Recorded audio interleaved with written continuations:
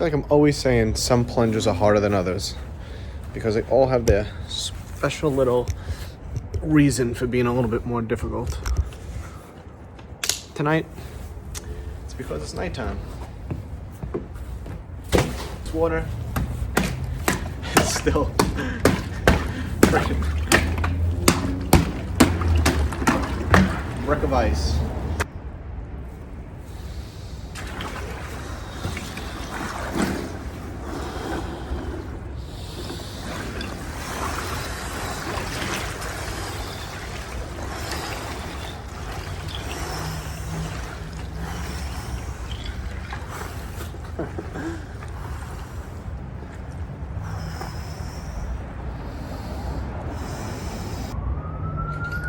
If you see me humming like this,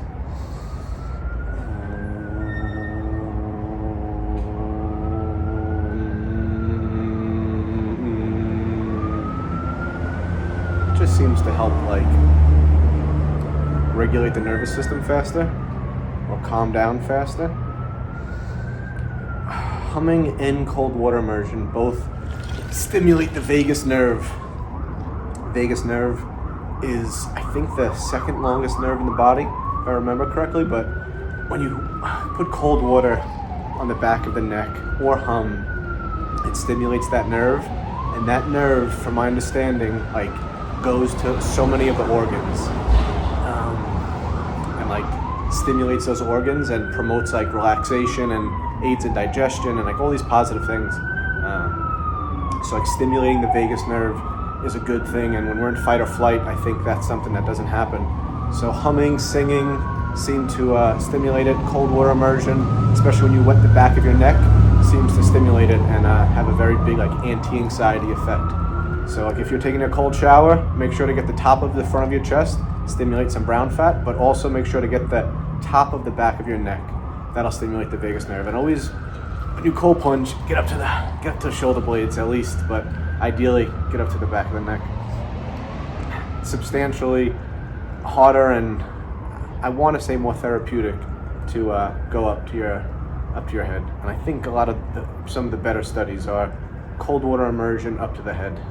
Going under, don't have to do it. Dipping your face is cool, but you don't have to go under. I don't go under because I don't like to wet my hair. My hair stays wet for so long. It does feel cool though to go under. But always remember to go under after you've calmed down. You don't want to go into cold water while you're having the cold shock response. In that first minute, it could be dangerous. Because when you cold plunge, it activates the fight or flight response. It sends a signal to speed up your heart. And then when you put your face under, it stimulates the mammalian dive reflex, which sends a signal to your heart to slow down and conserve oxygen. So you don't want to send conflicting signals. So now that the cold shock has subsided, and we're just chilling in some ice water, now you can put your face in if you like that. Tightens up the pores, good for the skin, but also just feels good.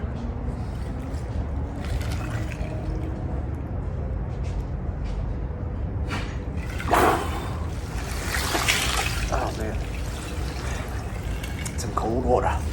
Oh.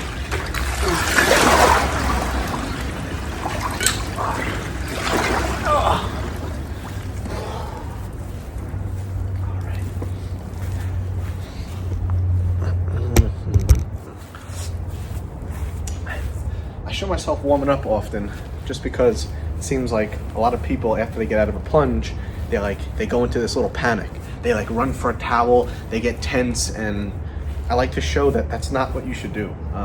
The experience should start before and keep going after the plunge. So before, you should take your clothes off, not like hold your towel and like just jump in and jump out. Like start your breathing, start deep, slow breathing, get in, continue that breathing even though it's hard at first.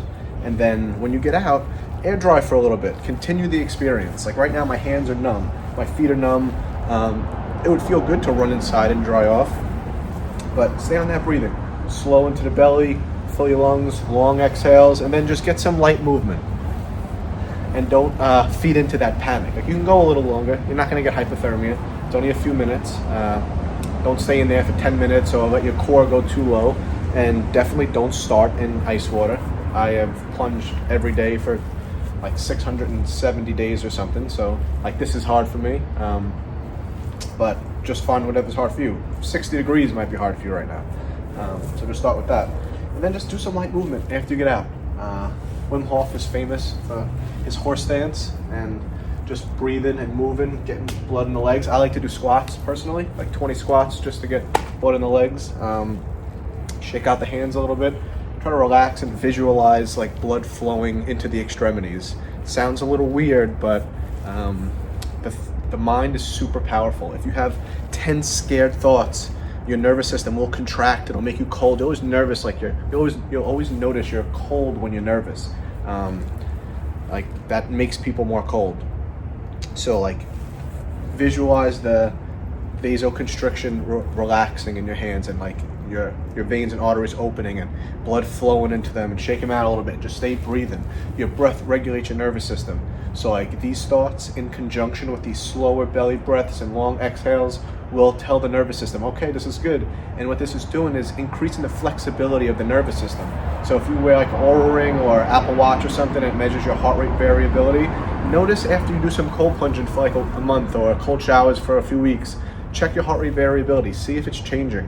Heart rate variability is a cool like indicator or measure of nervous system flexibility. It shows the like gap between heartbeats. Like you don't want your heart to just be like perfectly in line. That shows a tense nervous system. You want your heart to fluctuate to the environment in these micro expressions measured as heart rate variability. So check your heart rate variability. Oura Ring is great. I think Apple Watch does it. Oura Ring measures it while you're sleeping. And practices like this condition the nervous system.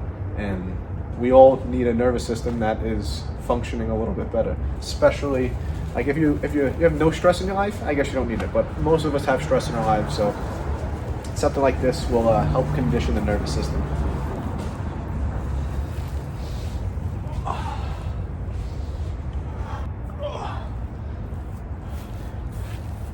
Can you sit like this? Can you just like, in a relaxed way, just squat like a toddler? Just sit down.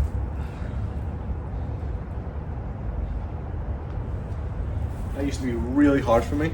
I'm still not great at it, but that shows like how flexible your ankles are, your hips, your knees even, and it's a great screen. You should try to keep that your whole life. When you're a toddler, it's no problem. Most babies and kids can do that no problem. Then we start sitting all the time, wearing constrictive footwear. Everything gets tight. We can't sit like that, and then other problems start to happen. Knee problems, ankle problems, lower back. So check if you could sit like that. If you could just sit in a squat, they call it an Asian squat, or just a full squat, and see if you could sit in it relaxed. And let me know, comment, let me know. If you can't, and you don't have problems yet, that's a signal that problems are to come. So start working on ankle mobility, hip mobility, hamstring, quad, all these things, loosen them up, strengthen them, because as long as you could, there's very few people that have that kind of mobility and have a lot of injuries. So it's a cool screen, and we'll see how many of us can do that, and maybe we'll start thinking of some ways to improve it, because mine could still use some help. But did you try some cold water exposure today? Come on, baby, it's waiting for you. If not, tomorrow, start it. When you're in that, if you have a plunge or something, use it. But if just your shower this time of the year, it's free. You'll be sitting, when you're in the shower tonight, tomorrow morning, whenever, and you're sitting there, think of me, and you'll just see that warm water. It's like, this is so easy. But I want to be a little bit stronger. Start that breathing and rotate it to even halfway. Feel it on you a little bit. Deep breath, go in there. 15 seconds. That's it. 15, 20 seconds. And then you can shut it off and get out and celebrate your win.